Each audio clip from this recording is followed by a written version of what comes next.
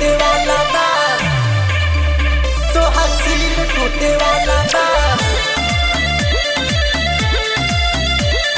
साली recording studio सूरत।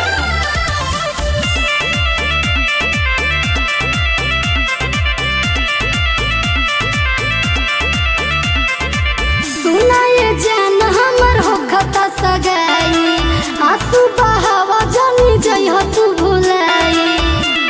ए जान सुनाए जान हमर होखता सगाई, आंसू बहावा जानी जइह तू भुलाई। खुश कैसे रही सब कुछ लूटे वाला बा, खुश कैसे रही सब कुछ लूटे वाला बा। दिल कैसे मानी तो हसील टूटे वाला बा। का करबो दिल कैसे मानी तो हसील टूटे वाला बा।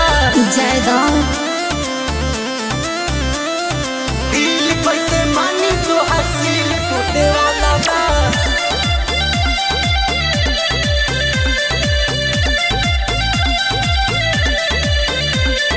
प्यार कनी सच नहीं टच कईनी, तोह पे भरोसा वाला बात कईनी। तो का करबो, गलती तो तोहरे में बा। ना हो सुनो और दिल रही छोट तो ही खइला ना, होई तू लो अनार कब धइला ना।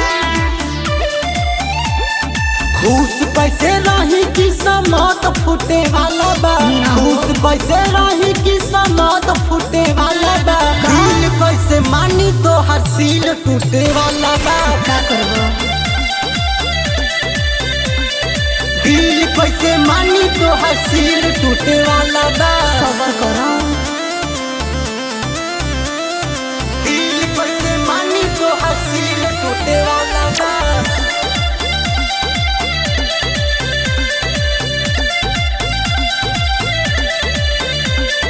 दिल में तू दर्द कुछ खास दिहालू, प्यार के तू बदले पास धास दिहालू। जल्दी आई ओ जटाई कर तू दीदार करहो, आई ससुरा से नैहर इंतजार करहो।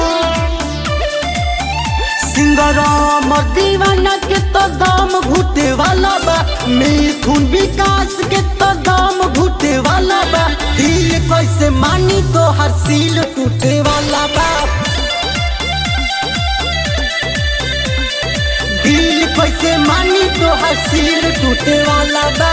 जो तुड़वा के खुश रहो।